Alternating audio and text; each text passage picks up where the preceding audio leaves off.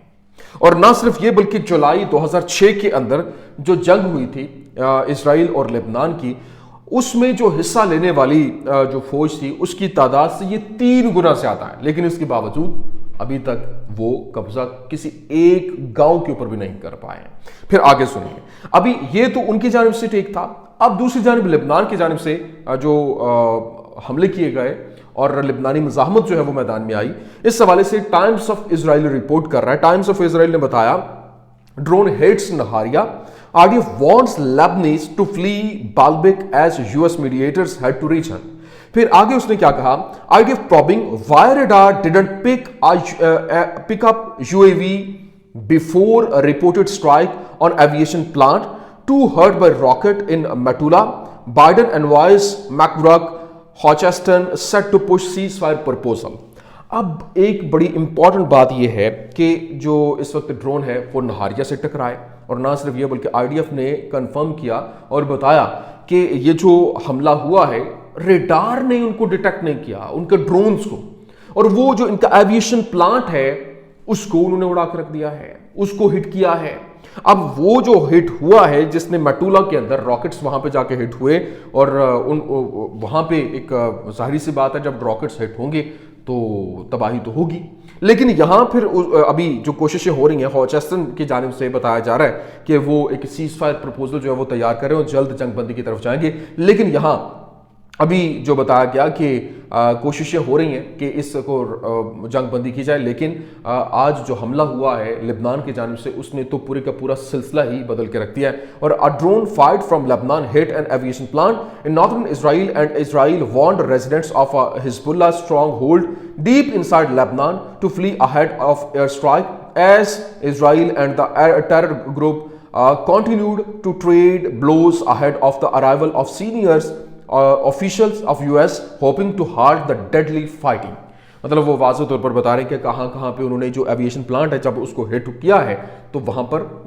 ان کے drones directly لگے، وہاں پہ جو راکٹس ہیں وہ ڈائریکٹلی ہٹ ہوئے، جس نے بڑی تعداد میں وہاں پر ڈیپ ان سائڈ جا کے یہ ہٹ کیا ہے۔ تو یہ میں نے کہا میں آپ کے سامنے رکھ دوں۔ دوسری جانب جو اس وقت خبر سامنے آ رہی ہے کہ جو اسرائیل کے چینل 12 کے رپورٹر جس کا نام تھا دانی کشمارو، وہ جنوبی لبنان میں ایک جو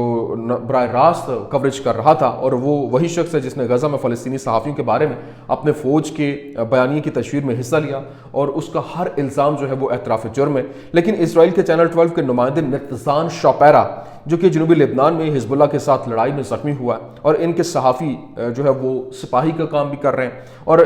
وہ آج رات لبنان میں اس نے بتایا کہ میں آج رات لبنان میں اپنی ٹیم کے ساتھ ریزرو ڈیوٹی کے دوران ایک سرگرمی کے دوران زخمی ہوا اور میری ٹانگ ٹوٹ گئی ہے۔ یہ کافی پیچیدہ واقعہ تھا اور زخمیوں کو نکالنے میں کئی گھنٹے لگے اور یہ آسان نہیں تھا۔ آپ خود اندازہ کیجئے کہ کتنی بڑی زبردست قسم کی ڈز لگائی جا رہی ہے اور ہٹ جو ہے وہ ان کو کیا جا رہا ہے۔ لیکن دوسری جانب ابھی جو نتن یاہو کے بیٹے کی جو شادی ملتوی ہونا، یہ بہت بڑا سیٹ بیک ہے، پوری دنیا میں اس کی گونج ہے،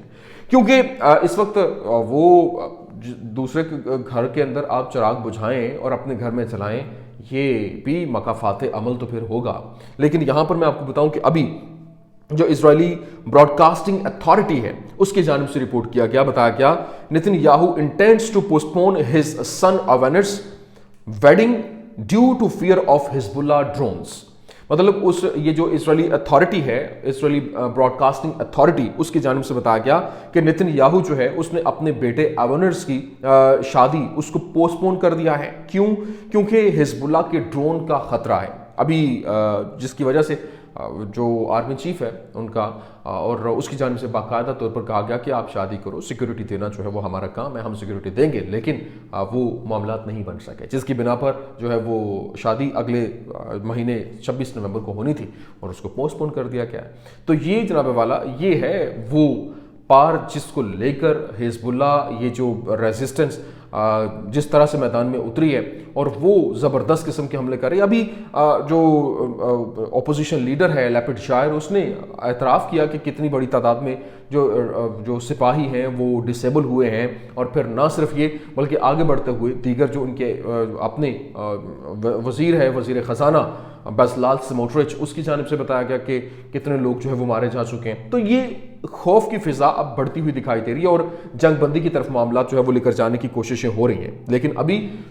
جو اس وقت سچویشن ہے اور حالات کی نزاکت کو دیکھا جائے تو ابھی کیونکہ 12 منٹ کے اندر اندر اسرائیل کو لے کر ٹارگٹ کرنے کا پلان رشیا کی جانب سے آج ڈرل کی گئی، اور ڈرل نے پورے کے پورے مقاصد جو ہے وہ ظاہر کر دیے، کیونکہ رشیا کے اوپر حملے کا پلان ہے، اور ظاہر سی بات ہے روس اور امریکہ اور پھر اسرائیل، یہ آپ سارے کا سارا سیناریو دیکھ رہے ہیں، اور امریکہ کی جانب سے باقاعدہ یوکرین کو یہ آرڈر جاری کر دیے گئے ہیں، اجازت دے دی گئی ہے کہ اگر جو جنوبی کورین فوج اگر وہاں پر انٹر ہوتی ہے تو آپ ان کے اوپر بھرپور طریقے سے حملہ کریں۔ لیکن آج جس طریقے سے جو روس کی جانب سے ڈرل کی گئی اور باقاعدہ نیوکلیئر جو ان کے میزل ہیں ان کو انہوں نے ان کی کہہ لیں کہ نقاب کشائی کی ہے اور ان کی ڈرل کی ہے، جس کے بعد سیناریو بدل چکا ہے، اور وہ ایسے تباہ کن میزائل ہیں جن کی رینج 8000 کلومیٹر ہے، اور اس کو لے کر آج بتایا گیا کہ اس کے ٹارگٹ جو ہیں وہ 3 ہیں۔ ایک جو ہے وہ 12 منٹ کے اندر جو کہ اسرائیل کو نشانہ بنا سکتا ہے، 15 منٹ کے اندر جو باقاعدہ پیرس جو ہے اس کو ڈائریکٹلی ہٹ کیا جا سکتا ہے، فرانس کو، اور تیسرا نمبر جو تھا وہ امریکہ کا تھا، وہ کہا جا رہا تھا کہ تقریباً 26 منٹ کے اندر اندر وہ امریکہ کے کسی سپاٹ کو بھی ہٹ کر سکتا ہے۔ اور یہ اس وقت بات کی گئی کیونکہ ایران کے اوپر حملے کی تیاریاں جو ہیں ان کی جانب سے کی جا رہی ہیں، اور کسی بھی وقت حملہ ہو سکتا ہے، اور باقاعدہ آرمی چیف جو ہے اس کے حوالے سے آرمی چیف نے یہ جو ہے وہ ایران کو دھمکی دی تھی کہ اب جو حملہ ہمارا ہوگا وہ بہت خطرناک ہوگا، اور اتنا خطرناک حملہ ہوگا کہ آپ اس کو کاؤنٹر نہیں کر پائیں گے، اور ہم وہ ہتھیار استعمال کریں گے جو آج تک کبھی کسی نے نہیں کیے، مطلب وہ ایٹم بم کے حوالے سے انڈیکیٹر جو ہے وہ دیا جا رہا تھا۔ لیکن اس کو لے کر یہ جو دھمکی دی گئی ایران کی مدد کو، روس جو ہے وہ کھل کر سامنے آ گئی۔ ایران نے پہلے بھی کہا تھا کہ جس طرح سے وہ ایکٹیویٹیز کر رہے ہیں اور حملے ان کے اوپر کر رہے تھے اور اب وہ جوابی وار کی تیاری کر رہے ہیں، جس کو لے کر باقاعدہ طور پر ان کے جو اپنے جو IRGC کے کمانڈر ہیں اور پھر ڈیفنس منسٹر جو ہیں ان کی جانب سے بھی کہا گیا، انہوں نے کہا کہ Israel tried to harm Iran's air defence system but failed and did not achieve any notable success. There is no problem in the process of manufacturing missiles. Responding to Israel is a legitimate right of our country. مطلب وہ واضح طور پر بتا رہے ہیں کہ جی اسرائیلی defence minister کے حوالے سے جو ایرانی ڈیفنس منسٹر نے کہا کہ ابھی جو ہمارے ڈیفنس سسٹم کو اڑانے کی کوشش کی گئی ہے اور یہ فیل ہوئے ہیں، اور اس میں اور اس کو کوئی بڑی ان کو کامیابی نہیں ملی، لیکن ہاں جو ہمارے میزائل بنانے کی جو صلاحیت ہے یہ اس کو ختم نہیں کر پائے، ہم اس کا بھرپور طریقے سے جواب دیں گے۔ اور اس حوالے سے جو خبریں ہیں وہ رپورٹ بھی ہو رہی ہیں، جبکہ سیٹلائٹ امیج جو ہے وہ بھی جاری کیے گئے ہیں، اور اسرائیل نے ایران کے بڑے شاہرود خلائی مرکز پر حملہ بھی کیا جو ٹھوس راکٹ انجن بنانے کے لیے استعمال ہوتا ہے، اور اب یہ واضح ہے کہ ایران اسرائیل میں موجود کسی بھی اعلیٰ قیمت کے اثاثوں کو ناک آؤٹ کرنے کی کوشش ضرور کرے گا۔ یہ کچھ اہم ترین اپڈیٹس تھیں، میں نے کہا آپ کے سامنے رکھ دیں۔ امید کرتے ہیں ویڈیو آپ کو پسند آئی ہوگی، پسند آنے کی صورت میں لائک کیجیے، شیئر کیجیے، اور ہمارے چینل کو سبسکرائب کرنا مت بھولیے گا۔ شکریہ۔